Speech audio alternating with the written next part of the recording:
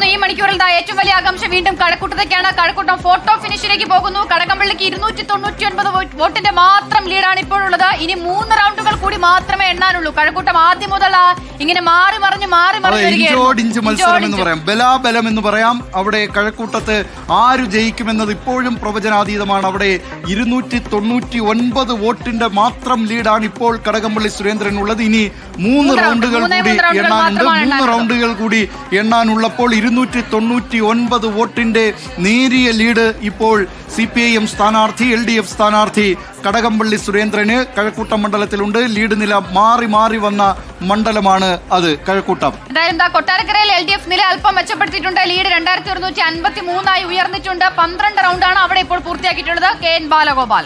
ഇപ്പോൾ വരുന്നത് പൊന്നാനി. CPIMന്റെ സിറ്റിംഗ് സീറ്റായിരുന്നു. നന്ദകുമാർ പ്രതിനിധീകരിച്ചിരുന്ന, നേരത്തെ P ശ്രീരാമകൃഷ്ണൻ പ്രതിനിധീകരിച്ചിരുന്ന, അതിനു മുമ്പൊക്കെ ഇമ്പിച്ചി ബാവയെ പോലെയുള്ള CPIMന്റെ മുതിർന്ന നേതാക്കൾ പ്രതിനിധീകരിച്ചിരുന്ന പൊന്നാനി മണ്ഡലത്തിൽ KP നൌഷാദ് അലി കോൺഗ്രസ് സ്ഥാനാർത്ഥി ജയിച്ചിരിക്കുന്നു. 13,267 വോട്ടിന്റെ ഭൂരിപക്ഷത്തിലാണ് KP നൌഷാദ് അലി പൊന്നാനിയിൽ നിന്ന് തെരഞ്ഞെടുക്കപ്പെട്ടിരിക്കുന്നത്. ഇതാ നമുക്ക്, എനിക്ക് തോന്നുന്നു, കഴക്കൂട്ടത്തേക്ക് തന്നെ പോകാം. കഴക്കൂട്ടത്ത് അവിടെ ഇഞ്ചോടിഞ്ച് മത്സരം നടക്കുകയാണ്. ആര് ജയിക്കും എന്നത് ഇപ്പോഴും അത് പറയാൻ കഴിയുന്നില്ല. അവിടെ 299 വോട്ടിന്റെ നേരിയ ലീഡ് മാത്രമാണ് ഇപ്പോൾ കടകംപള്ളി സുരേന്ദ്രനുള്ളത്. 3 റൗണ്ടുകൾ മാത്രമേ എണ്ണാനുള്ളൂ. അപ്പോൾ എന്ത് സംഭവിക്കാവുന്ന നിലയിലേക്ക് അവിടെ കഴക്കൂട്ടത്ത് മാറുന്നുണ്ട്. ഏറ്റവും ആകാംക്ഷയോടുകൂടി അവസാന മണിക്കൂറുകളിൽ ഉറ്റുനോക്കുന്ന ഒരു മണ്ഡലമായി കഴക്കൂട്ടം മാറുകയാണ്. എന്ത് സംഭവിക്കും കഴക്കൂട്ടത്ത്? അതെ, കഴക്കൂട്ടത്ത് നമുക്ക് പ്രവചനാതീതമാണ്. എന്തും സംഭവിക്കാം. അവിടെ എന്തും സംഭവിക്കാം.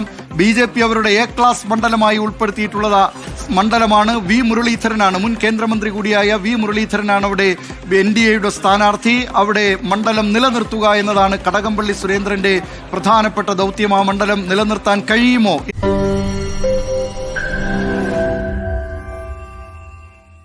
ലോകത്തെവിടെയായാലും ഏത് സമയത്തും 24 വാർത്തകളും ഓഗ്മെന്റഡ് റിയാലിറ്റി പാക്കേജുകളും എക്സ്പ്ലെയിനറുകളും വിശദമായി കാണാൻ ഞങ്ങളുടെ YouTube ചാനൽ നിങ്ങൾക്ക് സബ്സ്ക്രൈബ് ചെയ്യാം.